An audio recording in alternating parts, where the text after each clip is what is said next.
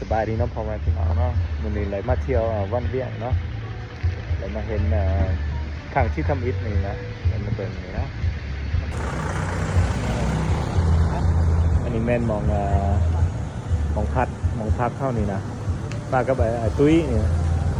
สบายดีกันเนี่ยตุ้ยสบายดีFC ทั้งหลายเนาะจากมีกาจากฝรั่งจากทั่วโลกเลยเนาะนี่ตุ้ยนี่เราก็เฮ็ดYouTube ที่กันได้นี่นะซื้อบ่าวตุ้ย Travel ได้นี่เด้อท่านพ่อแม่พี่น้องก็ตามเราได้เด้อนี่เด้อเราก็มา Travel แล้วก็พามาเที่ยวได้มื้อนี้นะ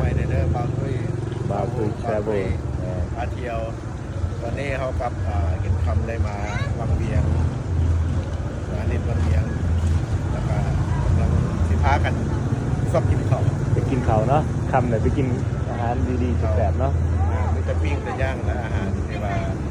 บ้านเราได้กินอย่างไรกินได้แต่มื้อนี้เราก็เตรียมเราเดินทางไปหลวงพระบาง